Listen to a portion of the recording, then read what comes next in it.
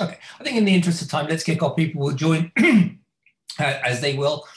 Welcome all to an event today around the future of e-commerce. We've got an absolutely fabulous panel, which I'm sure you agree with. This event is being run by Aurora Digital with our partners, TLA, Tech London Advocates and Tech UK. And indeed, the moderator for the event today is Eugene, who runs TLA Retail Tech. So thank you, Eugene, for being the moderator today.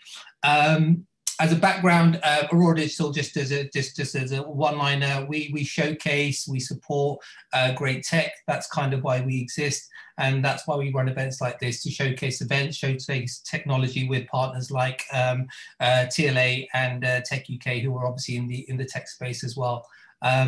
Today's session will hopefully provide you with some wonderful insights into the future of e-commerce, with some lovely case studies or stories of real life examples as well.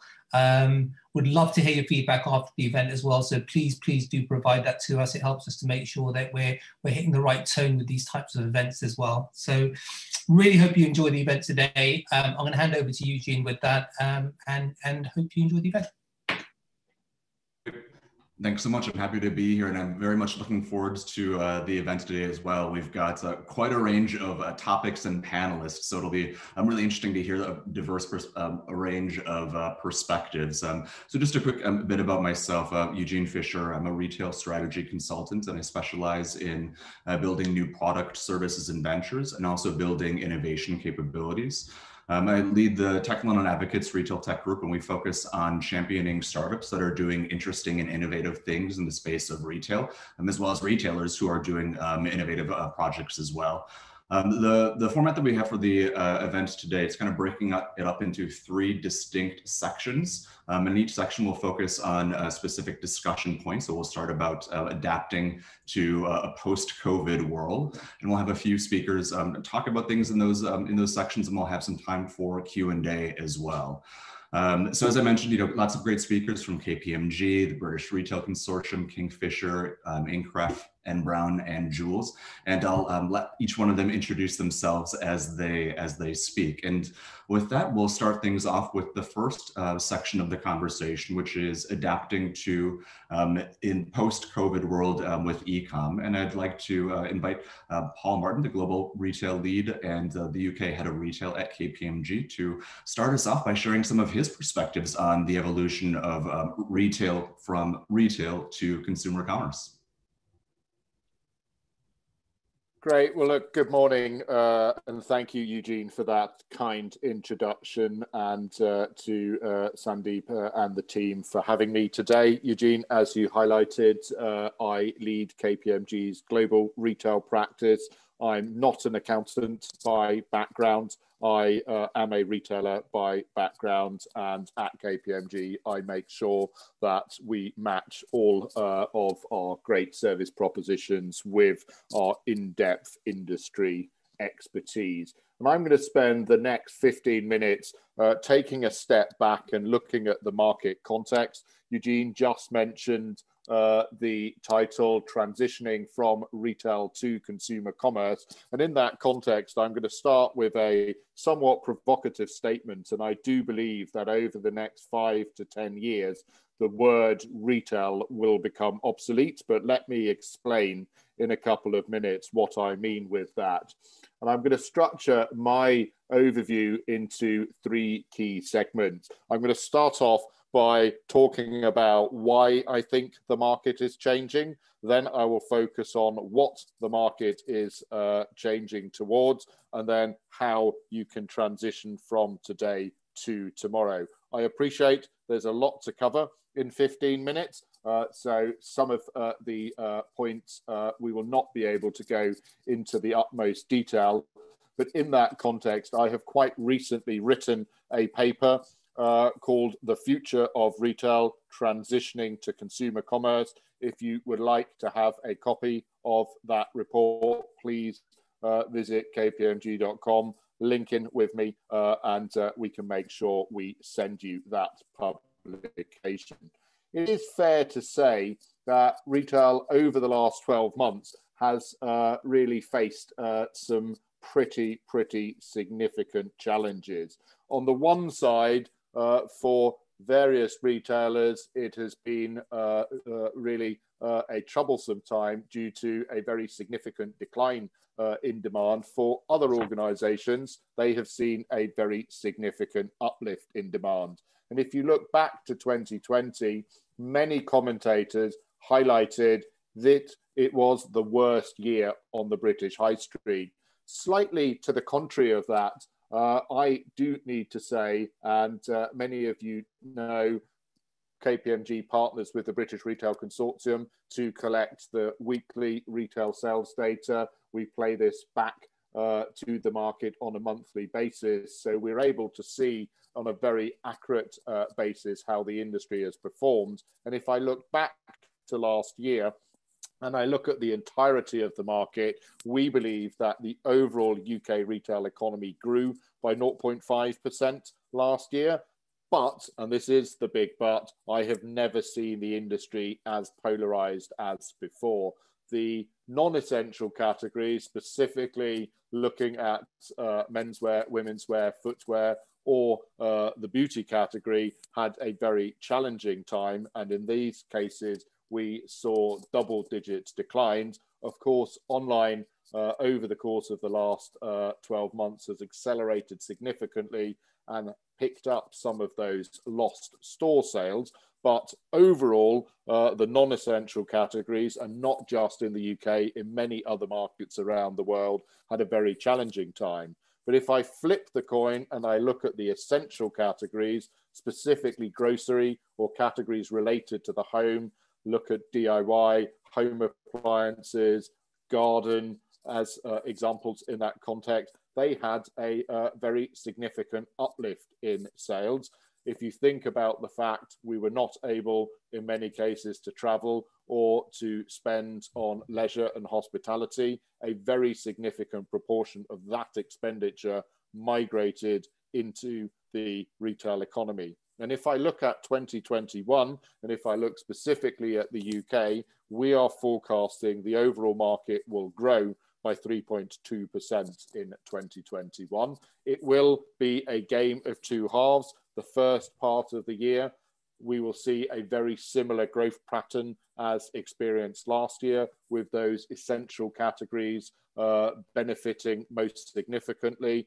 But as in the UK, many of you will know, as of 2 weeks ago, we have seen stores start to reopen. We're still waiting for leisure and hospitality open their inside premises. And in that context, we will see sales starting to shift away from those essential categories into non-essential categories. And our detailed category forecast, and again, if you would like some of this data, please contact me offline.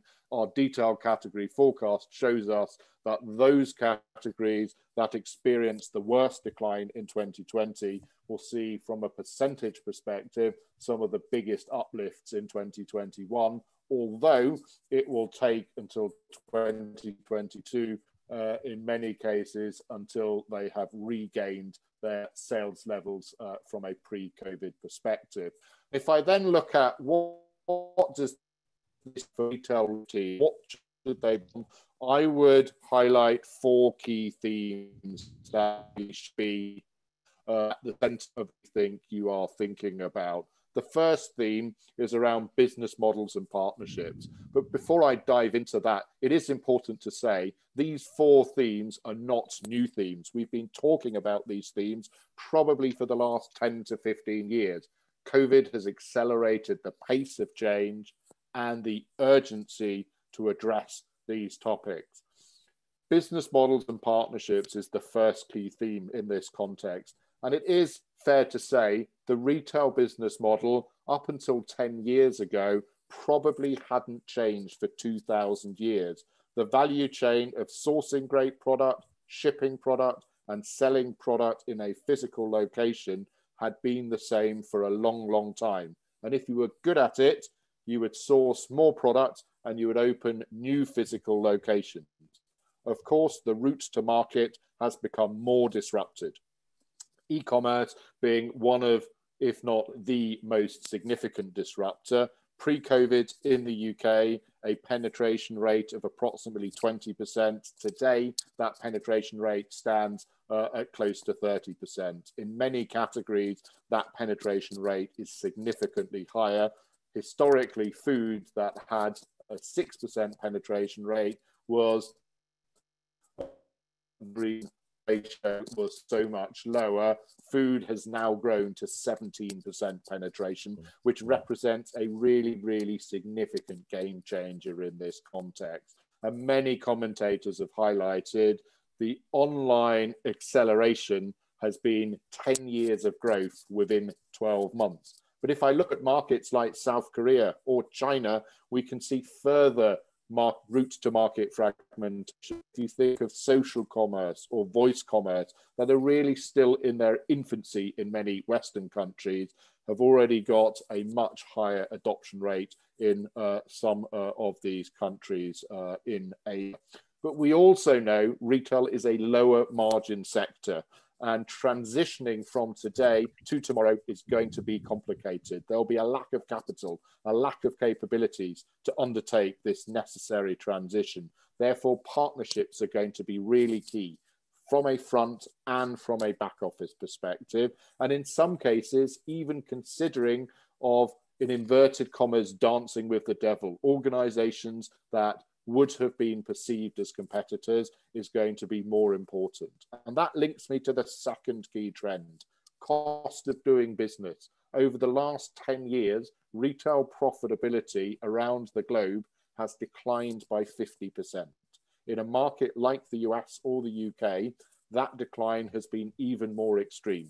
I appreciate this is a median number, and in some categories and some businesses have done significantly better. Others, of course, significantly worse, as we have seen over the recent years, a number of household names that have sadly departed. But in the essential categories, even those retailers that have seen a significant uplift in sales over recent weeks and months, you would have seen uplift in sales does not mean the same around uplift in profitability. Cost of doing business has increased significantly, and businesses are going to have to focus on that whilst changing their business model. I would argue in essential retail, 10 to 20% of costs will need to be taken out over the next 12 to 20 months. And in non-essential retail, 30 to 50% of the current cost base. This is not a tinkering around the edges. This is a very significant change that needs to be undertaken. And it will happen across 4 key areas. Range and assortment in the physical space is going to have to be addressed to really enhance your working capital positions, to optimize your supply chain efficiency and your in-store operations. Retail real estate, we have 30% too much retail real estate in the UK, and the rental business model, the way we had set it up in the past, does not work anymore. That, by the way, does not mean we do not need stores. We absolutely do need stores in the future. We need to be much more scientific, though, where we need stores and how many stores we need and what the role of those stores is going to be. I would argue they have to be the bridge between physical and the digital world. The third area around cost is always very emotional and is connected to the workforce. But we really have to ask the question, where does the human being add the most value in the retail value chain? The BRC highlighted a couple of years ago that sadly by 2030, we could see 1 million job losses out of 3.5 million jobs in the UK retail sector. Sadly, that may happen earlier as we are pivoting the business models, and we are seeing, yes, more requirements in supply chain and logistics and digital capabilities, but we are seeing more store closures. And that brings me to the fourth area of cost of doing business, which is the need to pivot away the capital investment profile from store openings and store refurbishments towards technology and supply chain investments. Again, I mentioned we need stores, but we cannot spend 90% of our capital investment budgets on the store side whilst we are increasingly competing against data and technology businesses. The third key why to highlight is purpose and reputation. This is here to stay. This is really critical. You have to showcase who you are and why you exist as a business. And if you don't, the consumer will vote with their feet. And this is only going to grow in importance. And that leads me to the fourth key why, the customer. In retail, for decades, it was about great products and great locations. Guess what? You still need both, but you need to know who she and he is you're interacting with. Many of your digital competitors are doing that. So that leads me to, well, what does the landscape, what will it look like in the future? And this is where I highlighted, I believe the word retail will become obsolete and we will move to what I call consumer commerce. Why do I use this term? Increasingly, organizations that sell products and services to the consumer will not need to have a legacy in the physical space. They may be data, they may be technology, they may be supply chain businesses. Again, they will in many cases have stores. And if you look to China and you look at the top 10 physical retailers in China, 7 of those top 10 are either owned or have a JV with one of the large technology platforms in China. But I believe there will be 7 winning types of retail businesses. Sorry, I should correct myself. 7 types of consumer commerce businesses in the future. And if you imagine a triangle and you think of the top of the triangle, we will have platform businesses. We know many of these household names that are increasingly merchandising from cradle to grave, either via direct to consumer or marketplace propositions. They will be one business model at the top of the triangle. And joining them in this space are increasingly multinational retailers that are transforming to become a platform business. We have a good example of a large apparel retailer in the UK that is doing that, but various other global retailers that are making this transition. They have increasingly learned that just selling physical products in the physical space is not going to be enough in the future. They need to monetize their supply chain, their technology, their marketing capabilities alongside selling products. Or you go to the left of this triangle. This will be the comfort zone of many of today's retailers, the true omni-channel players, but they will have to be customer-centric and channel agnostic, and they will have to be brutally looking at their costs to be able to afford this transformation. And many of these players, and I call them the national heroes, a lot of today's high street brands, will go and fall into this part of the triangle. But increasingly, they will be challenged by the brands that will be going direct to consumer and have learned either by using platform as a service providers as their go-to market channel or doing it directly, that they don't need the box as the distribution channel. And then we will also see many of the value players, the discounters, also play in this space. Yes, they have a lack of an online capability there, but in that context, they will also, and they have a cheaper operating model, they are leaner and have a longer runway to operate. Or you look at the right of the triangle, and this is where you have the category specialists that are brilliant at what they do. They know their customers, they know their product, and they can afford a higher price point. They are often less than 5% market share, and the independents and the mutuals that also play on the right side of the triangle. These are the 7 types of businesses that I believe will win in the future.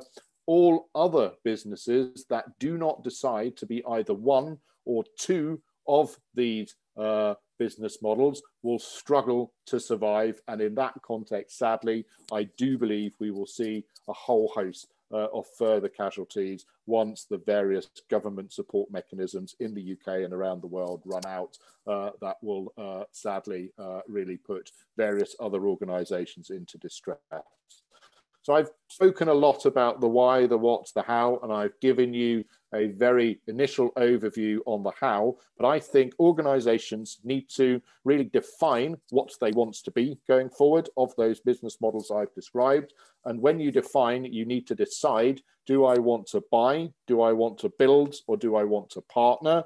Once I've made that decision, and in some cases you will choose to do multiple of these options, you then need to design, you need to pilot, and you need to implement. Much more detail in the Future of Retail document I referenced, but thank you very much for listening, and I'll hand back to Eugene. Thanks so much, Paul. That was really interesting, and I'll look forward to seeing the document as well. I really love that you kind of highlighted one of my focus areas, which is the shift to platform businesses. And that's absolutely something that I've been working with retailers, both in the UK as well as in the US, but how they can, shift how they look at their core capabilities, especially some back office capabilities, and consider how they could actually apply the platform business model to their existing business model, which I think is really interesting. And I also really liked how you talked about, the fact that retail isn't dying. The high street isn't dying. It's just shifting. And what's fascinating is that, in the retail, you mentioned last year, there was net growth, but, over the past 5 years, I think retail has outperformed the overall UK economy, right? Not by a lot, but at least by a little. And so I think it shows that, retail isn't dying. It's just changing. And, similar to the model overall, what retail looks like on the high street is also changing as well. And that's actually an interesting transition to Mark Latham from Kingfisher, who will be discussing a little bit about how retail stores, physical stores, can start transitioning to act as mini warehouses, mini DCs, which is definitely something that we saw increase in popularity over the COVID crisis. And so, Mark, I'd like to welcome you on to share a little bit more about that. Thank you very much. Very, very difficult person to follow there. My goodness. I'm busy, by the way, amending some of the things I was going to say after his talk. So well done. A great opening speech, I have to say. It really engaged me. So a little bit about me. As you can see from my lack of a hairline, I've been in the retail business. I think it's a typical attribute of most retailers. I've been in the retail business far too long, more than 35 years, in fact. I'm at the tail end of my career, I'd like to think. Although, as every retailer knows, you pretty much die in this game. So I have no intent of stopping anytime soon. And I'll start by saying I am a retailer. I'm not a tech guy. But by goodness, over my 30 plus years, have I seen the significant rise of tech. And frankly, for me as a retailer, the visibility of data to make more decisions. I'll start off by saying something that is maybe highly irrelevant, but I do remember taking the earlier presentation when we used to decide on where stores went in a country, not just the UK, but anywhere, by walking around on dusty streets and saying, that's not a bad corner. There seems to be a fair amount of people walking up and down here, or there's a car park over there. And they all come out of that entrance. So let's have a store here. And that was almost as good as it got. But now things are changing. And I think for me, the most significant thing is, our population, especially in the UK, has become more and more and more over my 30 years condensed. And when it becomes so dense, so you need to think, what do you really need that offer to be? And, I'm a high street guy in my blood. I'll fight for the high street if it has to be. But, when I look at, and I'll share some numbers with you, but when I look at population density and having lived half of my working career outside of the UK and in fact outside of Europe, some of these numbers and mentioned about China earlier are quite astonishing.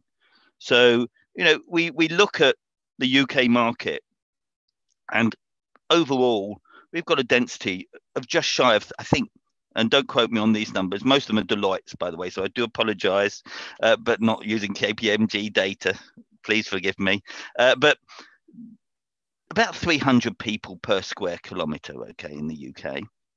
As soon as I look at England only, it becomes 450.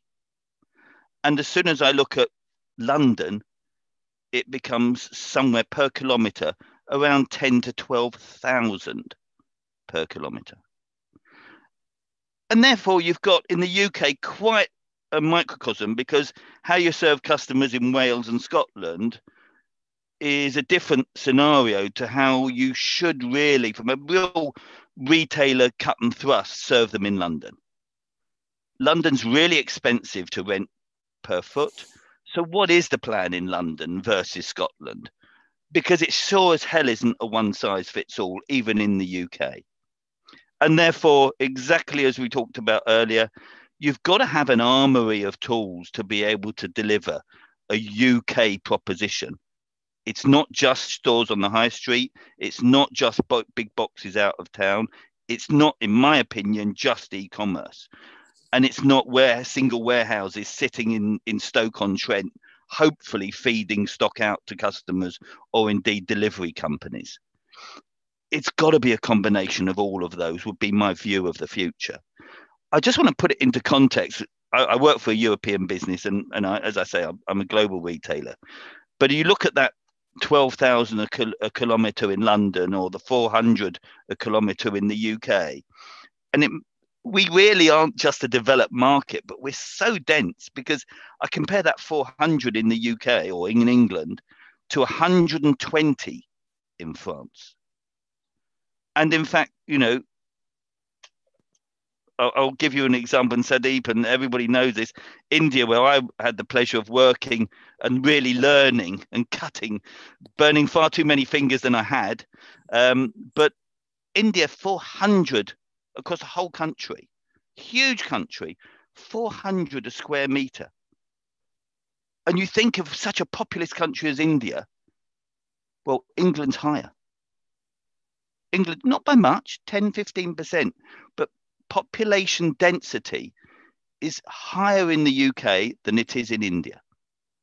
So one size doesn't fit all as an international retailer. It absolutely has to be tailored. And I think even looking totally at the UK, which I hate to do, I put my hand up as somebody who voted against Brexit. So I am a European, definitely. Even in the UK, we have to have a model that is flexible to service our customers the way they want to be serviced. The one thing that does bind them all, without doubt, is the fact of the use of online search. There is no question, whether you're in the food business, whether you're in my current industry of the home business, or indeed in the fashion business, online search is where you win. And there's no question that if you don't get that right, if you haven't got the right sort of presence, and I just don't mean a GoDaddy website, I mean real presence with real content and real interaction and real services and real digital ideas that you can then maybe utilize when you go into a store as well. My goodness, you're going to have a tough time in the next few years. And, you know, that's somebody with not many fingers left, having burnt most of them off. My goodness, you'll burn your hands off if you don't get that right. So digital presence and winning on search, not just paid, is absolutely fundamental to the survival of a retailer in the future. And I saw that in India. I saw that in developing markets in the Middle East. The penetration of mobile search in those markets way exceeds the UK even. So we talk about them as developing, they are way ahead of us. And China even more so. I think China, correct me if I'm wrong, Paul, but you know, I think the numbers in terms of online search now way exceed, and digital mobile use for searching online is in the 70, 80%. To actually trade and buy things online, way up there. But to put it into context, in the UK, the numbers, and I do apologise, Paul, again from Deloitte, but the numbers are, you know who we work with, don't you? It's obvious. The numbers from Deloitte would suggest, and Google backs this up, that overall as an average, somewhere between last year, 70 to 80% of all retail business started its life with an online search. Online search, whether it be buying online or the majority of cases, as Paul mentioned, buying in store or another route, absolutely online is the starting place. And in the UK, we just have to get that right. And, you know, we've all been on more sites than we can mention just to survive and take away the tedium as customers and as retailers over the last 12 months. We haven't got anywhere else to go. And my goodness, there are some shockingly bad sites out there. And by the way, I'll put my hands up, we're not great either. Whether it be load speed, whether it be availability of product, whether it be terrible images, whether it be the important bit as a retailer. So, okay, you've got me engaged. You've shown me great content. You've shown me an interactive 360 video. But then if I actually see that there's no stores in my area and my next home delivery slot is 3 weeks away, you've lost me. And therefore, that combination, as Paul mentioned at the beginning, is just so critical in terms of that search online and winning, and then following up while you've still got them on your site, following them up with options. And I'll use a really good example. I'm very, very lucky to have a home in France, and the French retailers, because of that scarcity of people, 120, one of the lowest in Europe per square kilometre, Paris aside, obviously, they have to have those options. Otherwise, they just don't get traffic. So the technology to support those options surfacing to wherever that customer may be is so important. And Boot is a really good example. If anybody goes onto their website, furniture retailer, so admittedly my sector, but many are the same, there's never a question of it's only available on one route. It's in your local store, which may be a good hour's drive from you in France, if you're in the country like me.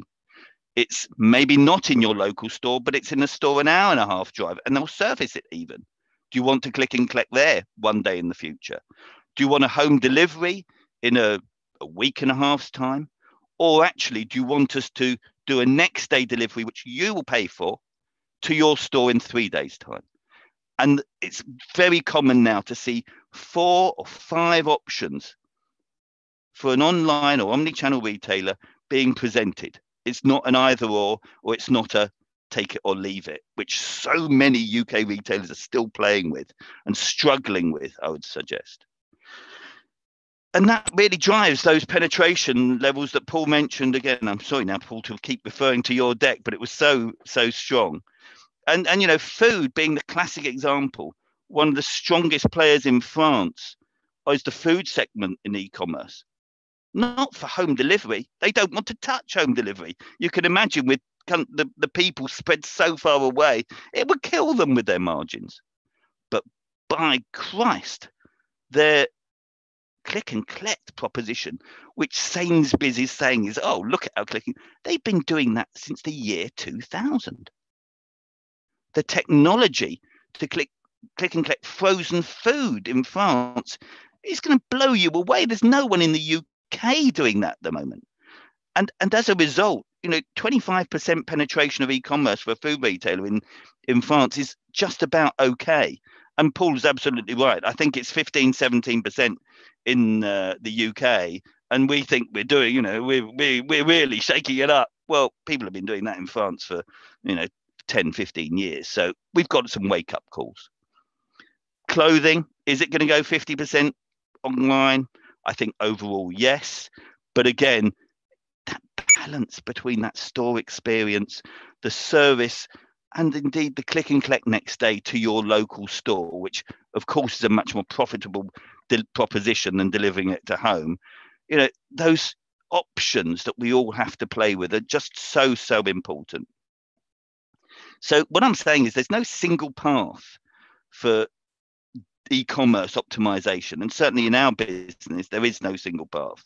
We want to deliver, dependent on where you are, at least one, if not two, if not three routes to get you that product.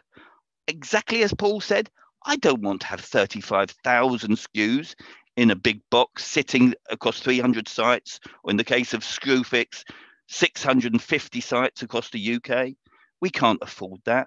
So we have to have the data to show, and it's geographic, it's geo data, where customer demand is, what the demand is for. Is it trade focused? Is it DIY focused in my case? And the store ranging now has to be much more precision led than it was of the past. Of, you know, my old M&S days, we had a top 50 store range, we had a top 100 store range, and whether that store was in Scotland or indeed on the south coast, it was irrelevant. You know, the tailoring of that range in store versus the click and collect next day option, and these are the ones we want to do because they're the most profitable for us. And then extend on to home delivery from us, home delivery from extended range vendors, and so on and so forth. And the marketplace, Paul, again, you're absolutely spot on. If you're not into that in your 3-year plan, maybe we should all think better about it, because those collaborations with other retailers, and I know Jules is with M&S, so what great example, you know, really important. And, you know, thank God I still have shares of my pension in M&S. So thank you very much, Lynn, for keeping that secure for another couple of years, please. The maturity, I think, is coming. You know, India, we talk about their penetration of digital, and I touched on it earlier. You know, more than 60% of urban population now are buying online in the urban centres in the UK. The UK as a total average isn't even half that, about 30%. So we've still got a way to go in terms of e-commerce. But that's not a bad thing, because if we can get that combination of feeding the right stock to the right customers in the right geolocations and using our store base, maybe fewer, but our store base to get them to pick up from that store, and then using our in-store environment in those fewer locations to inspire and to build that database of customers who buy and return, it's a win. And it's our future blood, would be my belief. So I guess what's holding us back really from running into that, we've had huge demand, we've had, you know, huge spending in many retailers, including mine, on infrastructure. You know, warehouses are just getting bigger and bigger and bigger. But funny enough, is that the right way? Maybe not. Maybe the right way is really understanding our existing infrastructure, and again, Paul touched on it, and really maximizing not necessarily dark stores, but gearing up our store layouts so that click and collect is a great experience, albeit shoved at the back of the store if the store's bigger.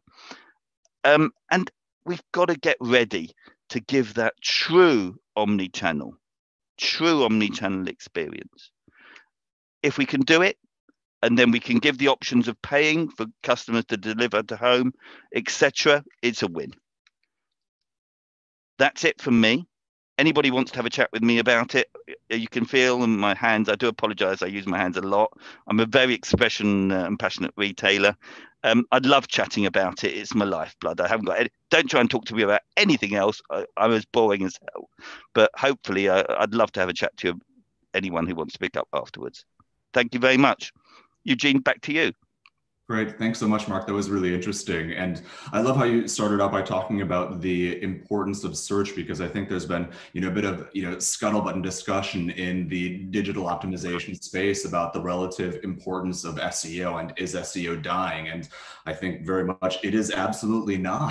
Absolutely. So I'm really glad that you emphasized. So we're going to briefly, in just a moment, we're going to move on to the our second section, which will be discussing the impact of Brexit on retail. But before we move on, we're going to post a quick survey in the chat window for everyone to answer a question on. And I'd also like to ask one quick question before we move on to Brexit to Anjuman.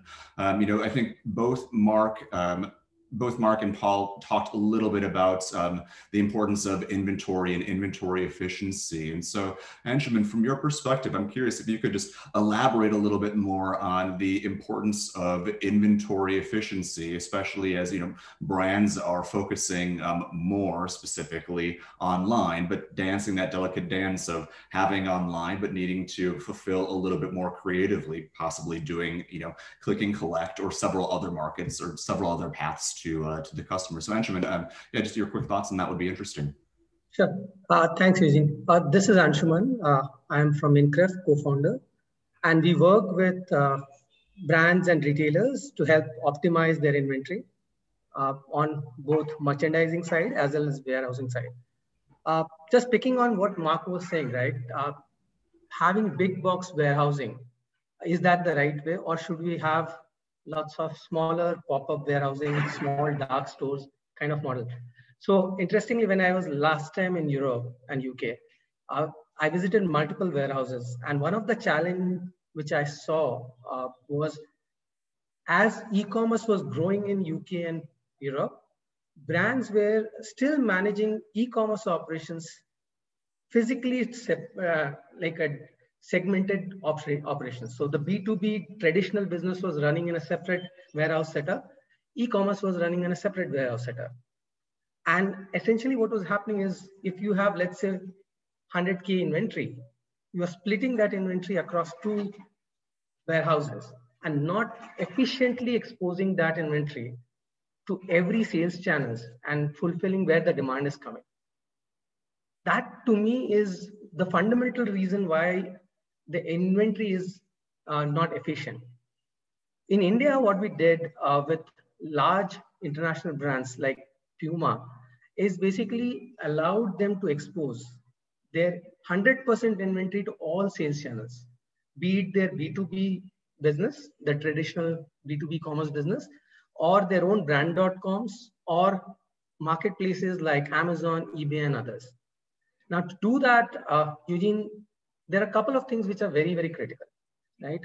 Your traditional legacy warehousing softwares, like let's say JDA, Manhattan, and so on, they're not designed to handle e-commerce operations efficiently. They are good for bulk operations, but they're not designed for piece operations efficiently. And hence you are basically keeping 2 separate sets of inventory, 2 separate sets of operations, right? What we did with Puma was merge these 2, brought everything on a single platform, made the e-commerce fulfillment super efficient from 3 to 4 days of fulfillment to single day fulfillment within 6 months. And then now we are doing 2 or 3 hours fulfillment, right? So that's the journey we traveled over a year, from a 3-4 days fulfillment to almost 6 hours, 4 hours fulfillment, right? One thing which we deployed, and this is interesting, we did this in UK with one of the largest 3PLs in UK. We deployed our software across 3 of their warehouses. And the beauty was, if you see traditional warehousing software, they take months or years to deploy.